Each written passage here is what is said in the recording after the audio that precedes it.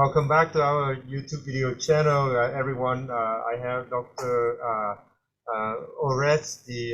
His nickname of the podcast is the old guy talk to me, and I'm so honored and excited to have him on my podcast and talk about everything from dentistry related to being a man, being how we can be a leader for whatever we want to do. So, Dr. Orest, thank you so much for joining my channel. Really appreciate your time today. All right. Well, thank you, Locke. You can skip the doctor part. I've been out of practice for 4.5 years, so you can skip that part. Okay. All right. Let's go back a little bit. You are a periodontist. You practice in many years. 4 decades, I guess. 33. I was a dentist for 37. Was in general practice for 2 years, and then 2 years of a perio residency, and then 33 years of private practice in periodontics. And where did you do your perio program and school? I did at the University of Spoiled Children. So you guys know what it means, right? Yeah. So if you're in California, you absolutely know what that means. If you're not, that's also known as USC. USC, in Los Angeles. really good school, and I've been in dentistry for 22 years, and I see we have several dental offices in California, but USC have contributed significant the continuing education courses for being for dentists in general, and I feel like they provide a practical kind of dentistry rather than more theory. And I don't learn. I mean, I go to different dental school for CE, but I see that USC have very practical courses. So that's just my opinion. Yeah, I think that I'm glad to hear that's true, because it was true when I was there. It was really, we were, some people would probably say overly aggressive, but we had a very aggressive surgical program in my residency. And I mean, it was basically, you're a surgeon. You're a surgeon who happens to be a periodontist. But I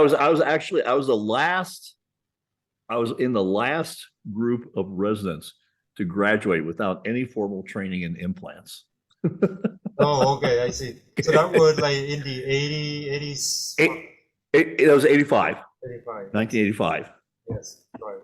That's awesome. So can you go back to the history, how after you finished, you retired from dentistry, and how did you start your coaching program, the Standard.Academy? Is that called the Standard.Academy, right? Yeah. The Standard.Academy, and that's where you find it. The Standard.Academy, and if you go there, you can find out more about me. And I'm going to make a shameless plug, because now I'm shamelessly plugging things.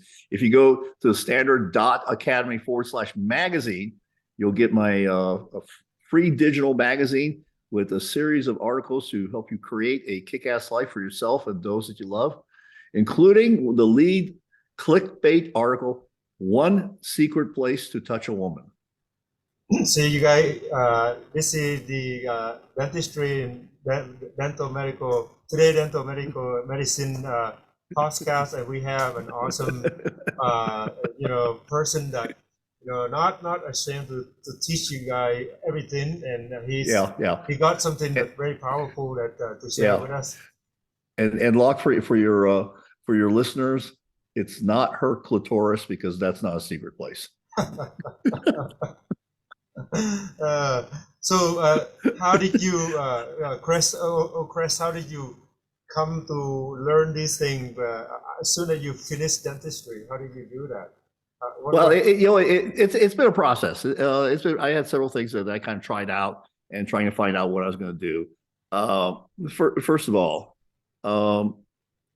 for some reason, until you get there, and maybe not a lot of people actually still do. Some people think that your life ends at 65, 70. Like, and I'm like, what the fuck? I mean, really, I'm 70 years old, and I'm full of piss and vinegar and vim, and and I hear people talk about like they're in their 40s, they're talking about like their life's going to be over at 65. And I'm going like, you punk, you haven't even started. And with all the things that are out there in the functional medicine space, see, people sometimes refer to it as the anti-aging space. There's a good chance I'm going to live to 120. That's 50 years. Mm-hmm. Well, I'm not going to go hit a little ball and go look for it in the bushes, for the next 50 years. And just shoot me right now if that's what I'm going to be doing. I've got stuff I need to do. Mm-hmm. Very, very, very amazing. So you are the type of person that have a lot of hope for future.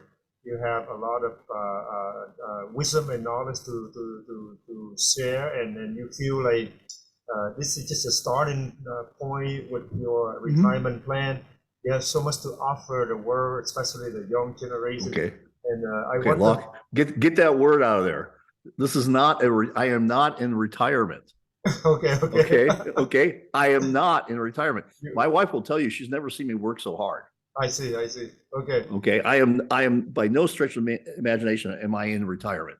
Absolutely. Yeah, I'm putting in. Whoops, I just lost you a little bit. Oh, there you go. Yes. Yeah, you bet. So I mean, I put in 50, 60 hours a week. I work every day of the week. I work on Sundays. I work on Saturdays. Maybe not a full day, but I work every day of the week. I work when I go on vacation. Oh, wow.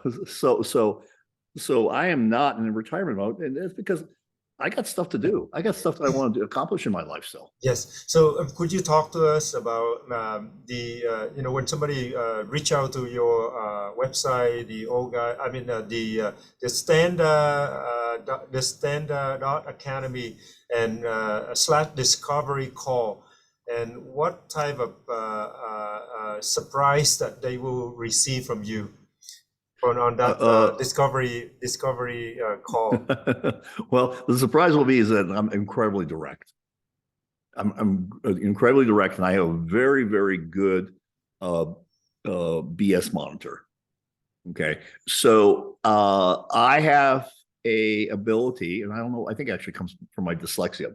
I have an ability to really zero in on things in terms of to identify what the challenges are and to create solutions. And it's not my job to tell someone who comes to me what they should want. I have a process that I go through, a discovery process that I go through with them to help them discover what they want.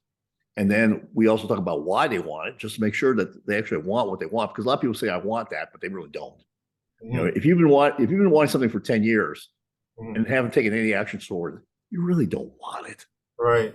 It just sounds good to say, or you feel like the other word is, well, I should be doing that. Well, screw should. And then once we get those things identified, then we talk about the how. And the how, you have to be flexible.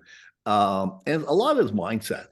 You see a lot of people, especially in dentistry and the other healthcare professions, they're really beaten down, and they have horrible conversations with themselves in their head. Most people would never say what they say to themselves to another person. Yes. Right. It's called negativity. Brain. Yes. Yeah. I do have so many dentist friends like that, and I say, stop talking like that, brother. You got to change your mind. You gotta look at the opposite way. But a lot of my dentist friends, they talk to the patient nicely, and as soon as they pick up the phone and talk to me on the phone, I'm like, do you talk to the patient like that, or you just talk to me? I'm like, no, just talk to you. But well, there's also there's several things that we deal with in the program. One is identifying victim conversations that you have in your head, because first of all, you are responsible for the condition of your life, good or bad. You are responsible for it. And and these people have these victim words that they use, and they'll say like, oh, I can't do that. And that's like, I hear that and I go like, what do you mean you can't do that?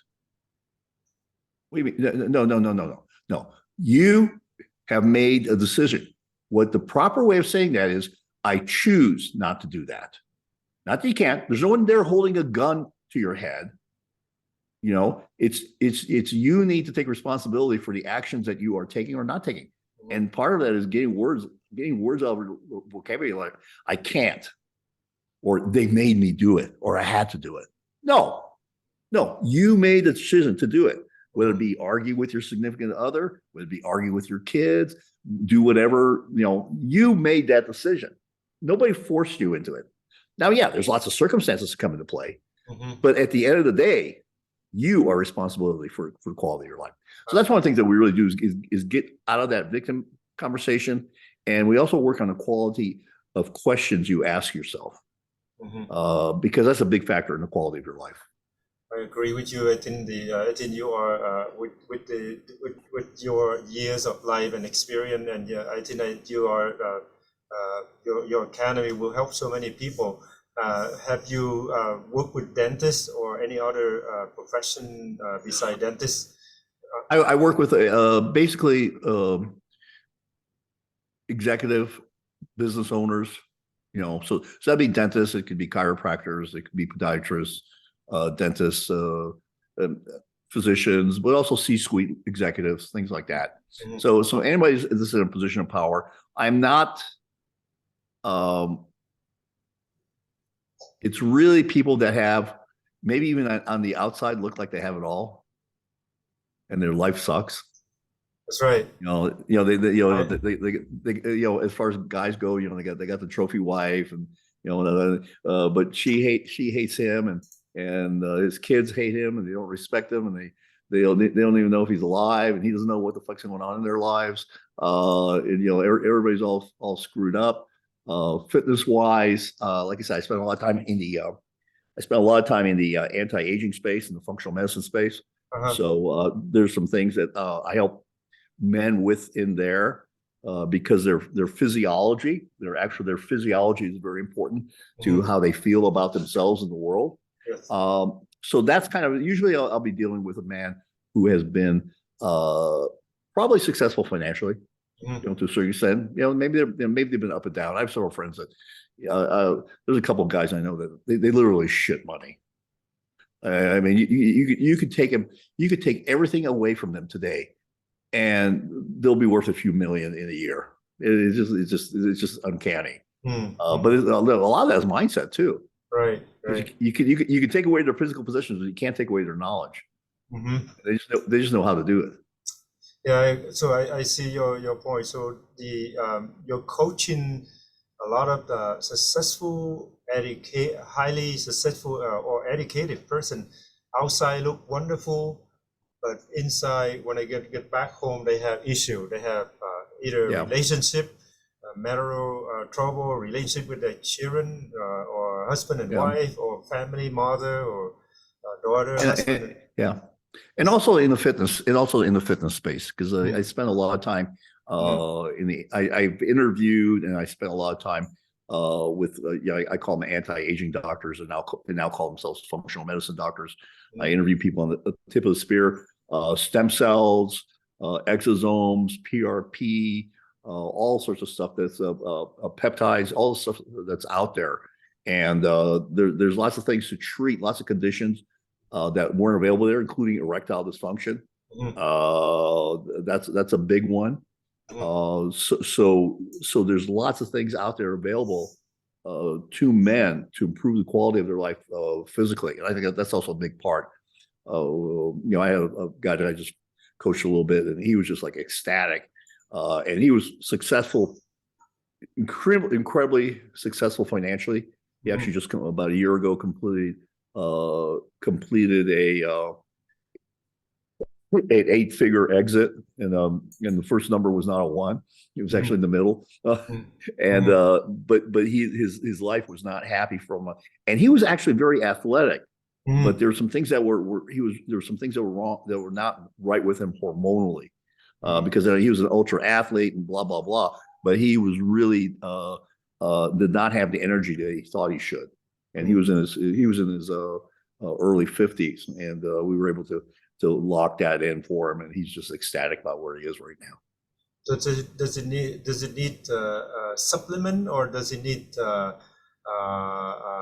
a mindset, or how did you change him? The number one thing, Mhm. and we got into several things, but the number one thing, and I there's several, and I've done like probably about 8 to 10 interviews on this topic. Mhm. Uh, Testosterone in men. Mhm. Uh, it's a what is going on with testosterone, and I'm not a physician, so I need to put this disclaimer in: hire the appropriate professional before pursuing any program. That sounds like every ad for any medication. So this is what I'm saying is I've been on myself. I've been on testosterone optimization for over 25 years. Okay, and one of the things that most people don't realize is that there is a huge decline in testosterone levels in men generationally. Mm. There's a thing called the male normative aging study that talks about it, where they looked at thousands of men over about a 35 year period. Mhm. That's one. There's actually several others that point to this thing. Mhm. And the thing is that the laboratory values of what's considered normal, Mhm. and normal is not to be equated with healthy, Yeah, right. but the normal ranges are dropping Mm. because they're the average of unhealthy people. Mm. Okay, they just dropped dramatically within the last year and a half. Mhm. And so what used to be normal high now is considered high out of the range, and what used to be out of the range low is now considered normal low. And these are things that most of the time your primary care physician doesn't have a clue about. And they don't even care. They don't really have a clue about it. And Mhm. and the challenge is also is that some of the doctors that I deal with in this area are telling me, and I'm hearing this from actually I've heard this from a few of my friends. One in particular whose son in his mid-20s had a testosterone level of 240.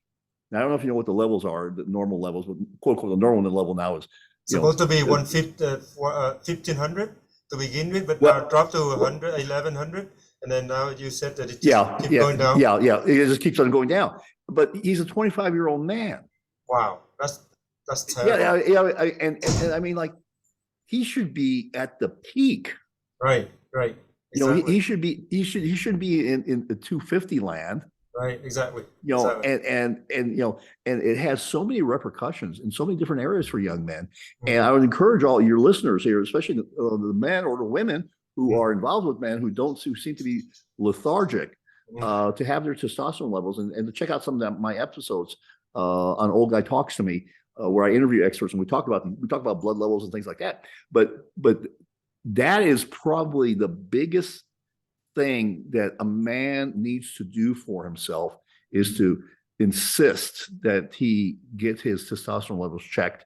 And now there's all these clinics and these T-mills. They sell you a bunch of shit you don't need. Mhm.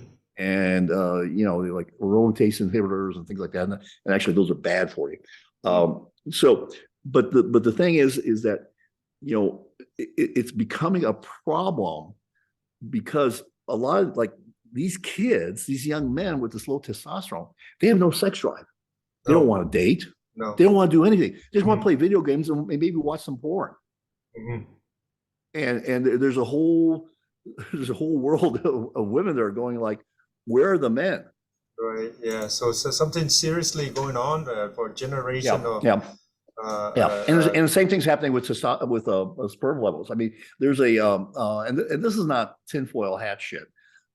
This is actually an article out of the uh, Journal of Annals of Journal. Physiology. Okay, right, yeah. American Journal of Physiology. Yeah, Mm, very incredible. And isn't it the same thing for a girl? Like they become so that for the boy, it's just the testosterone level going down, but then for the girl, their puberty reach faster rate. They sure. even Yeah, like 8 years old, 9 years old, they already be starting to have a menstrual cycle and all of that. So what's going yeah. on? Well, because it's almost having the opposite effect in women, and it's actually there's a lot of estrogen in the environment. And we first noticed it, and we didn't really make much do about it. I remember about 20 years ago, some of my orthodontic friends were talking about how it seems like the girls are hitting puberty and having, starting their menstrual cycles a lot younger. And they were going like, oh, that's kind of weird. Okay, so that's weird. Something happened. But I don't think we really quite understood what was going on physiologically with endocrine disrupting compounds. And that's the term for, all the fertilizers, the GMOs, all the plastics. The plastics are the real big things that really affect. And they, so not only is testosterone levels down, but sperm levels have dropped 50% in the last 30 years. Wow. And so the study out of Hebrew University and NYU, two major authors, and one of the woman, Swan, she's an epidemiologist at NYU, and they said their extrapolation of the decrease is that by 2050, most men in the world will be infertile. By 2050? 2050.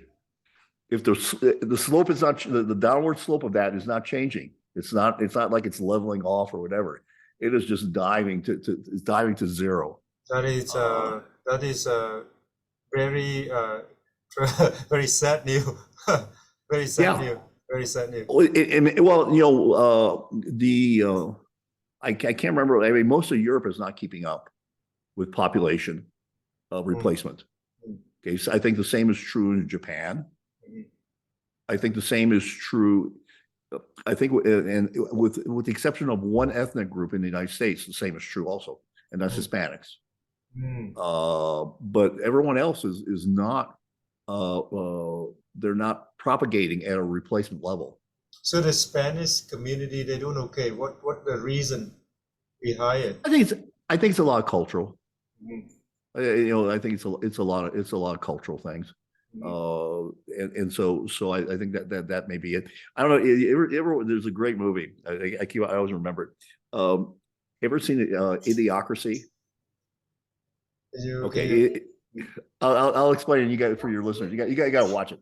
So Idiocracy is this movie about where this guy who is really, really dumb gets locked in a time capsule, and the time capsule gets lost somewhere for about 400 or 500 years, and he comes out, and he is one of the smartest people on Earth. He may be the smartest person on Earth.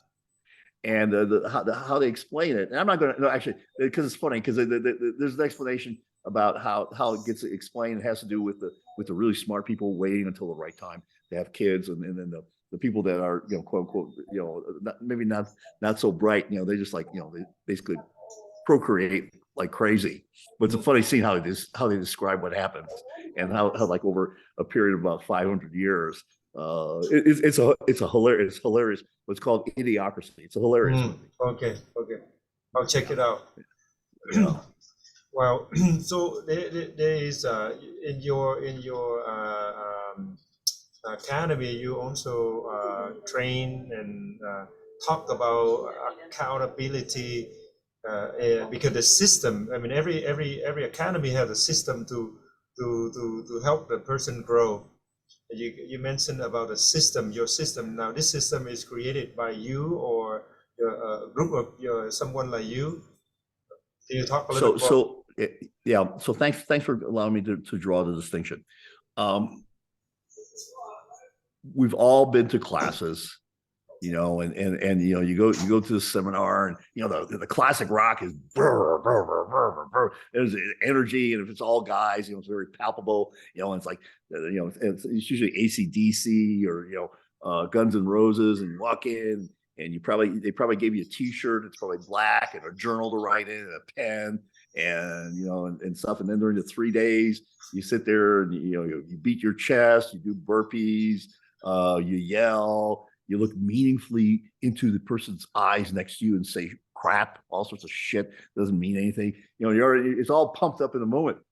And then what happens is, oh, damn, this earpiece keeps on falling out. And then what happens? What happens is, well, you go home and you come home and maybe you're married, so visit with your wife, with your kids a little bit, put those notes on the bookshelf, and there they are, pristine, never to be touched except by the dust that's collected on them over the years. Right. So this, this is like, we've all done this. I mean, I've done it. Yeah. I mean, we're a place where they give you great information, but you don't put it to use. Mm-hmm. Right. Knowledge without action is useless. It's pointless, actually, unless you're in jeopardy. And then that's useful. But so what part of the big thing in my program is that we have, along with the on-demand video portion, we have a once a week accountability calls with a small group. Mm-hmm. And that's where I hold the people in the group accountable to what they said they were going to do. Mm. Now, that may get kind of spicy. Right. Now, it does get. Mm-hmm. I mean, it will do that. Right. And because if you tell me last week what you're going to do and you don't do it, we're going to have a fucking conversation. Are you committed to the result? Because if you do this on a regular basis in your life, that's why your life is so shitty. Because you say shit, you may say that to your significant other or to your kids, and then you don't do it. They don't believe you. You lost credibility. Right. I remember when I was a young child. I mean, I'll remember this. My father said, like, oh, if you do so and so, then I will do. We'll do so and so. And I did. I kept my end of the bargain, and he did not keep his end of the bargain.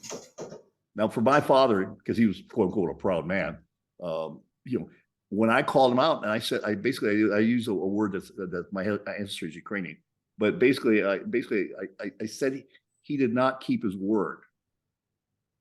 That as a man, he did not keep his word. Mm-hmm.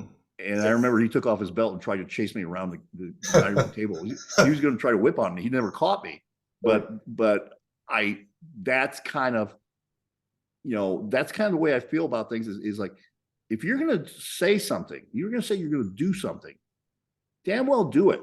Now, mm-hmm. I get it. Sometimes there's stuff happens that you can't. Well, mm-hmm. if you can't, you acknowledge, say, I said I was going to do this. Mm-hmm. I'm not going to be able to do it. But don't mm-hmm. pretend like you're doing it, a lot of people seem to think that, like, just because I said it, oh, that makes it good. Right. No, motherfucker, you got to actually do it. Okay. Yeah. So that's kind of that's the gist of the accountability call, is that, like I said, I'm very, very direct on it. And this is the you said it's going to be a group talk. It's a small group. It's a small group. It's a small group. There's because there's no place to hide. Mm-hmm. There's no place. It's not like a big herd. It's not mm-hmm. like a room full of 100 or 1,000 people, or it's a small group. It's it's going to be under 10, and there's just no place to hide. You're going to get your turn in the hot seat. Mm-hmm. Now, so basically, the academy must have some kind of clarity for each individual person to achieve their goal. That is your coaching goal, right? Can you talk a little bit about the clarity? Yeah. At the very beginning, Locke, one of the things to do is most people mm-hmm. cannot clearly articulate what they want, right? With specificity. They'll have some sort of bullshit answer. Okay, so let's the thing that couples argue the most about is sex and money. Mm-hmm. Okay. Mm-hmm. Okay. So guys will say, well, I want more sex. Mm-hmm. Okay. What does that mean? I want more sex. Okay. If you're having sex once a year with your wife, which happens a lot, you'd be surprised how often that occurs. Well, would you be happy if you've gone from once a year to maybe at the end of the program, and this would be a real stretch, how about once a month? Mhm, mhm, okay, or maybe once every 2 months, mhm, mhm. and then you build upon that success. Right. But people say, well, I want more sex. Well, what do you know, that's measurable. Mhm, And there's ways of achieving that. mhm, I'm not going to give away my secret sauce here on your mhm, program. mhm. Right, right, right. Exactly, exactly. I But there understand. but there is a formula about in terms of about how to do it. But the thing is, and guys, and I'll say this again, I've said this before, and I say, if you want to get laid more frequently without begging, you have to do three things. One, stop focusing on getting laid. Okay. Mhm, mhm. Okay. Two, very important. Stop focusing on getting laid. Okay. I think you can figure out Yeah, right, what do you right, think number right. three is? Right. Same thing, same thing. Yeah, I agree. Yeah. Yeah. Yeah. So Because you got to earn it somehow. You got, yeah. It's not even just earning it. You have to create an atmosphere Mhm, that makes, that makes her, I'm talking about heterosexual. I mean, it can be homosexual mhm. relationships too, but makes the other person want to be with you. So every once in a while, if guys that beg, the woman quite often is just like laying there passively, like going like, okay, let's get this over with. And it's kind of like, okay, fine, I did my duty. Move on. What's on channel 23? Right, right, right. Uh, yeah. There's a whole process to that. Same thing. The easiest things to measure is physically. Weight, that kind of stuff. That's all very easy to measure Mhm, physically. Uh, Relationships are sometimes hard to measure and sometimes not, but they're actually things that are quantifiable mhm. that you can do, and we focus a lot on that. And there are times that the relationship is so far gone that it's not salvageable. I'm not here to tell anyone divorce, no divorce, or whatever. Mhm, That is your call. mhm, All I'm here is to bring clarity so that you are making a decision mhm. based on clarity. Yeah, Right. I was in a group and this one guy was he was arguing with his girlfriend, and then and the next thing I know he's getting. I mean, they were having like vicious argument. Next thing you know, he's engaged. And I'm like, what the fuck?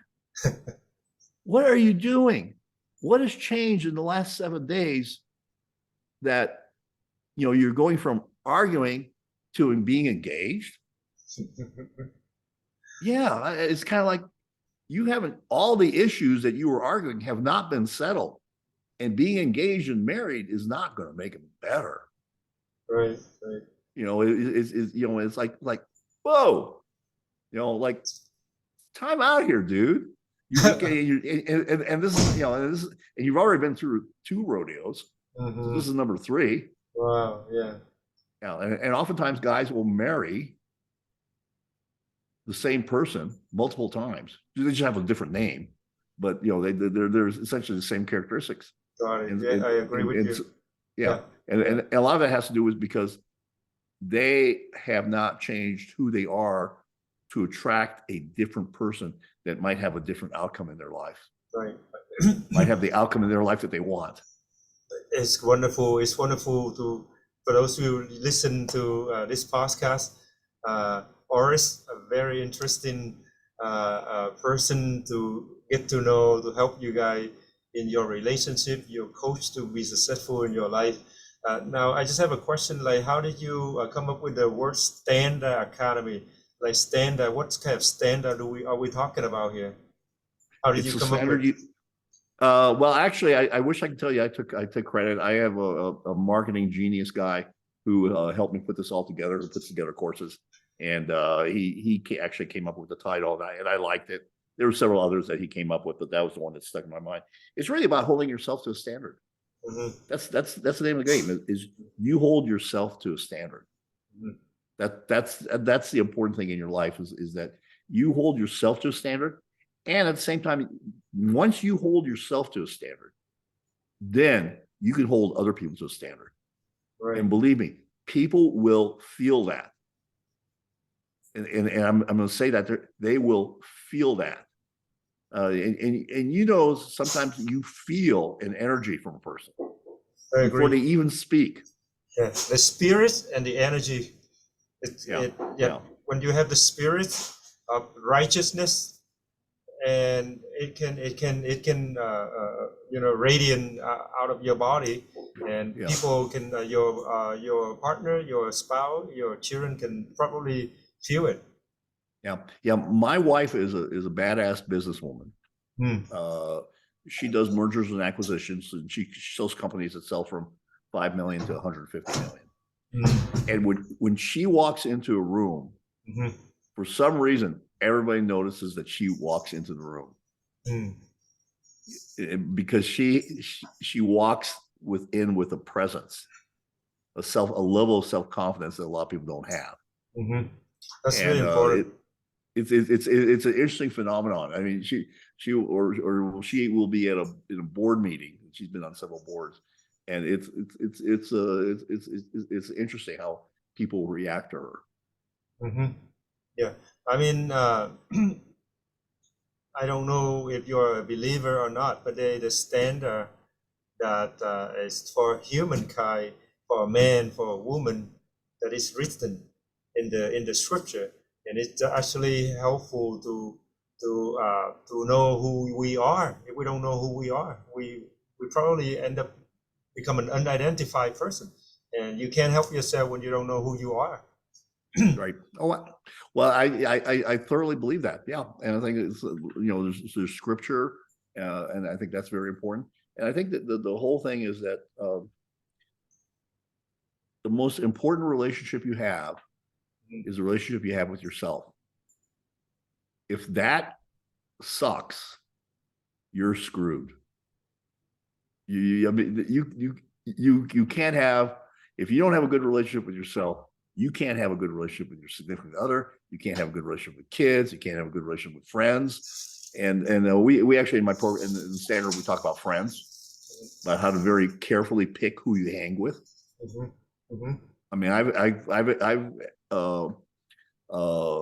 excommunicated people out of my life, even family. I know people go, "Oh, you can't do that." Fuck yes. I have family that's toxic. They're toxic. Right. I'm sure they think I'm toxic too. I don't really care, but I'm just like, I'm done. I'm done. I every time I interacted with them, I had to go drink vodka in the closet. Right. I know what you're talking about. Yep. Yeah. And so we actually exercised someone from my family several years ago. It was the best thing we did. Well, I prefer to have a relationship with my sister. Yeah. Is it going to happen? No. Next time, so it's like I said, you have to be very careful about who you allow into your life too. I tell that to my kids too. I understand you have two daughters, right? Yes. Yeah. Are they in done school, working right now? They're both one's an engineer, and the other one got a degree in biochemistry and finance, and they're both actually now doing data analytics, and they're doing very well. So it's interesting. We talk about how I think people sometimes, I see this, I'm going like, what the fuck? Some parents are afraid of their kids. Are you fucking kidding me? You're afraid of your kids? I mean, like, like they're worried about their kids. Like, no. There's a demand for a requirement for respect, and part of it was that we made sure that we have two very strong young women, and we did that by not doing a lot of stuff for them. We did stuff and we didn't do stuff. Okay, and sometimes it was like little things. It was like when we went skiing, you carry your own fucking skis. I'm not going to carry your skis. You carry your skis. Now, the fact that we took it to this really fancy place, it costs, the lift ticket, is pretty damn expensive, sending you to school, blah, blah, blah. But they're just little things where you make the kids responsible for things in their lives. Right. Yep. Responsibility. They have to have some responsibility. Otherwise, absolutely. It doesn't help. It doesn't help at all. No, you raise little monsters, and I don't know if you're a fan of Jordan Peterson. Jordan Peterson, not sure who that is. Oh, okay, you need to get his book, Locke. Okay. The 12 Rules of Life by Jordan Peterson. I'm surprised you don't know about him. He's a phenomenon. I mean, okay. If you Google him, you'll see how big he is. I mean, he's monster.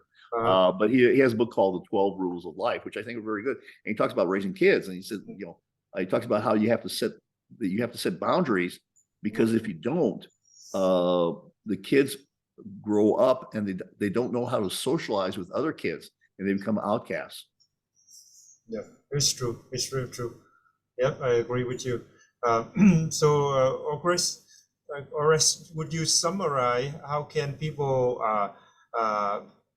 the Standard.Academy that you have? What can you give us an overview, like who are those people that should be come to your academy to learn to improve their life? Who are those people, and why do you think they need the academy? One of the things that I talk about is the fact that, like, is your life working out the way you planned? And the answer to that for a lot of us is, there are times that my life was a shit show, and there are times it's been good. But is my life working out? Is your life working out the way you'd planned? And if the answer is no, then we should have a conversation. Right. But a lot of time, like a lot of dentists, for example, because we are in this group community of dentists or even physicians. A lot of time when you ask a friend, they just say, "Yeah, I'm doing okay, doing great." But you mentioned that they're doing okay at work, but as soon as they get home, it's not okay. It's completely different. Well, they're lying, and everybody, everyone wants to put their best foot forward. Right. And that's not uncommon. So they're lying. Right, exactly. They're essentially, you go, oh, they look great, and next thing you know, like 6 months later, they're getting a divorce. Right. So they're lying. And so what I would say is that if your life is not turning out the way you wanted it to, there's an opportunity to change the course and direction of your life. It's not going to be easy. I'm not promising an easy button. Yes, there are some hacks here and there and things like that we're talking, but it's not easy. But it's actually the person who is looking to be a better version of themselves than they are. Looking to be a better version of themselves today than they were yesterday. And I have a morning ritual that I go through, and that's one of the questions I ask myself. What do I need to do today to be a better version of myself than I was yesterday? Now, am I 100% on that? No. Come on, I'm not perfect. I'm not planning to be perfect. I believe me, I still have stuff that I work through, and I have my mentors that I work with. But like I said, at the same time, if you're a man looking for a intense program, I'm going to scare a lot of people when I say this. Where you think you need a kick in the dick? It hurt a lot. It hurt a lot, but it will change. It will change. Yeah. It's just to get your attention. Right.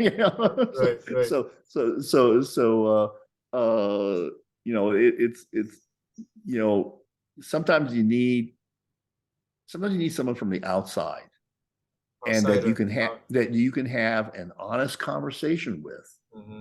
That when they hear bullshit, they call you out on it. Like I said, I've had people get all pissed off at me, and then several days later come back and go like, "Yeah, you're right." That's on rare occasions that somebody says, "Oh, no, you're wrong," and they still think I'm wrong, but they're still fucked. They're still doing the same thing that they are. So it really is a lot of times, are you willing to change the direction of your life? Are you willing to commit to it? Do you want, and the other thing, like we didn't talk about this. Good is the enemy of great. Okay. Good is where a lot of men, they get into complacency and they get into autopilot. And it happens so slowly that they go from very good to fair to poor to shit show. And they look around like, how did I get here? It's like something like you put on weight. You know, you don't put on 50 pounds in a week. You put on 5 pounds a year. You know, and so like, you know, 5 or 10 pounds a year. So this is where, you know, you are actually in a danger zone when you're in a good zone. Because there's no such thing as status quo. Right. You're getting better or you're getting worse. Right. And if you're not putting in effort to get better, guess what by default happens? You're getting worse. It's true. It's true. Yeah. Yep. Yeah. So that's kind of like, you know, I am looking for men who are committed. It's not easy. It takes effort. It takes time, and it takes commitment. And so I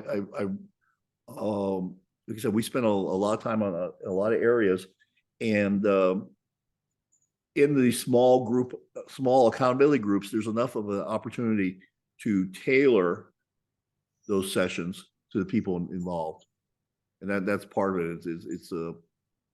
And plus the other thing is being in a small group. Guys are competitive, which is good, and so sometimes they compete with each other. Sometimes they support each other. Sometimes somebody says something that worked for them that might work for another person, and there's peer pressure, you know, to stay on course.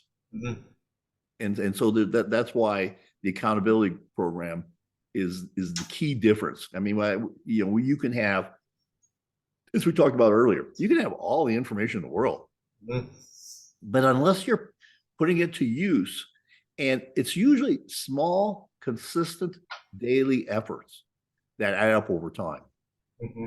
It's small, consistent daily efforts that will, at the end, bring you big ass results.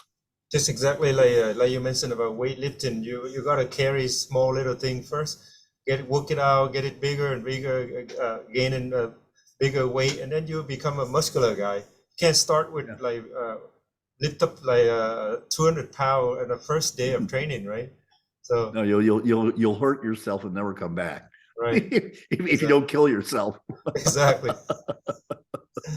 Yeah. So, like I said, weightlifting is interesting. I do a lot of powerlifting, and believe me, it's outside the strength, it's also very mental. Okay, wonderful. So, Orest, to contact you for the academy, when you're talking about the discovery call, would there be a charge for anybody like that? It's a free discovery call. It's a no charge.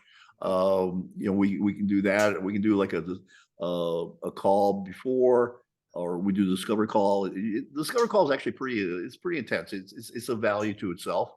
It runs about 45 minutes, maybe longer. But at the end of the day, we have some clarity about where you are and whether you're a fit for the program or not. But there's no charge for the discovery call. And you know, I will say is that the challenge for most men is is they don't take action. Right. That's the whole thing is you know you're gonna hear this and you're gonna say like, oh, it sounds pretty good, but then you're gonna like then like you're gonna go in, oh, it's not going to for me, oh, it hasn't worked for me, I've tried other programs, they haven't worked, blah blah blah. Then you got a whole shitload of excuses not to make that phone call. And part of it is overcoming that barrier. I want to type on your name so people can see and get your contact. So the Standard.Academy. And then that's my website. And then you can go, and you can if you want to schedule, there's a link there to schedule a discovery call. So you can go there and do that. And so yeah, that's the thing, is that like most people, and it drives me nuts to a large extent, because take action. If you want to change the course of your life, it's not going to happen. And if you wait 5 years, you're going to be further down the road. So I know we've been going along a little bit. So I have a friend of mine who was having a biggest business problem, and I met with him, and this was when I just moved to Las Vegas, and he was still down in Phoenix, and still down in Phoenix. And then, like about 5 or 6 months later, I said, he started talking, and I just stopped him. I said, Sean, this is the same fucking story you told me 6 months ago. Except now, what was a $50,000 problem is now a $500,000 problem. He goes, yeah, I know. What did I tell you to do? I told him to do something. And I said, and you didn't do it, did you? Okay. Do you want to get rid of this problem? Okay. Let me tell you what you need to do. And if you don't do it, and we were having coffee. And if you don't do it by 5 p.m. today, you're going to pay me $10,000. And he's like, why do I pay you $10,000? You want to solve your problem or not? Yeah, well, if you want to solve your problem, you're going to agree to pay me $10,000 if you don't do what I tell you to do by 5 o'clock. Yeah. So he agreed. He got done what I told him to do by 2.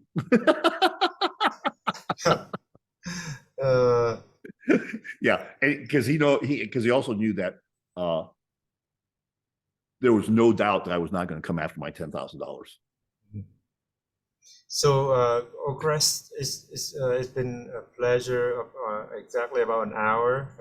We have about a couple of minutes. Just want to really show my appreciation that it's a good time to spend here on my podcast. And I'm hoping those of you guys, or my listener, my audience, check out the Standard.Academy from Orest. They got an awesome information to help to grow your professional career, the family relationship, and other things that he have. But by far being a man. So thank you, Orest, for joining us on the podcast today. You have a couple of minutes to share with how do people get on a hold of you and things like that. Please. The easiest thing is, as you mentioned, is you got the URL, the Standard.Academy. That's there's all my contact information, stuff around what you can find out about me is all there. You can also find me on LinkedIn. Take a look at my profile there. If you want my digital magazine with that secret place, go to the Standard.Academy /magazine. And also, if you want to hear words like orgasm, clitoris, and erectile dysfunction, you can listen to my podcast at oldguytalkstobe.com, where I talk a lot about. That's not the only things. I have actually. I've had world champion UFC fighters on my podcast, and all sorts of. I spent a lot of time, as I mentioned, in the anti-aging functional medicine space with a lot of tip of the spear clinicians and researchers. What an awesome 1 hour! Thank you so much, Orest. It's been a pleasure, and I hope you have a wonderful day. I would hope to see you on another show on my podcast again. Hope to talk to you another time. Thank you. All right. Thank you, Locke. Thanks for having me on. Have a good one. Thank you, bye, sir.